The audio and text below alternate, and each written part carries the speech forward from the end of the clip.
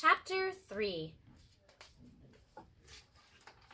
"She is called the Queen Mary," said Abeline's father, "and you and your mamma and I shall sail on her all the way to London."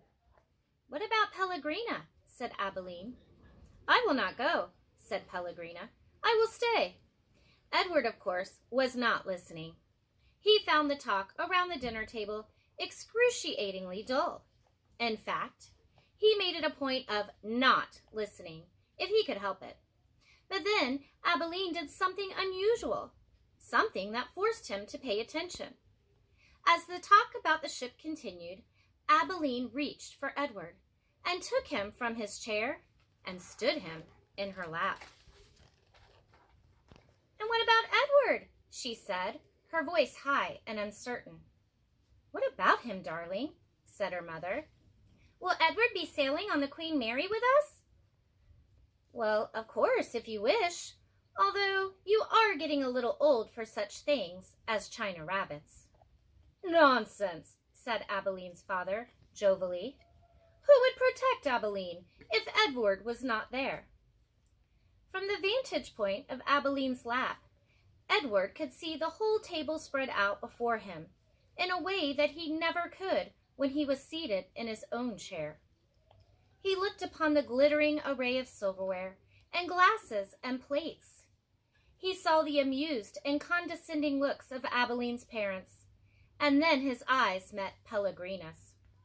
She was looking at him in the way a hawk, hanging lazily in the air, might study a mouse on the ground.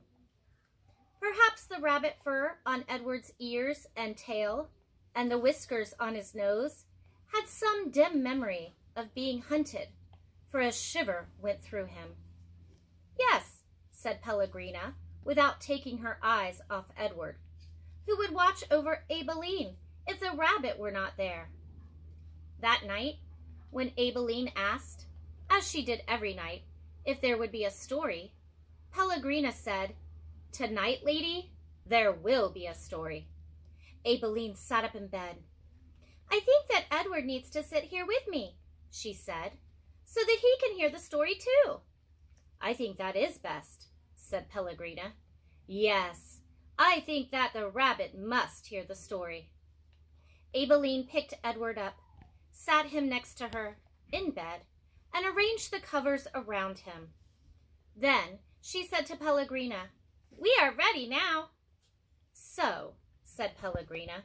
She coughed. "And so, the story begins with a princess." "A beautiful princess?" Abeline asked. "A very beautiful princess." "How beautiful?" "You must listen," said Pellegrina. "It is all in the story."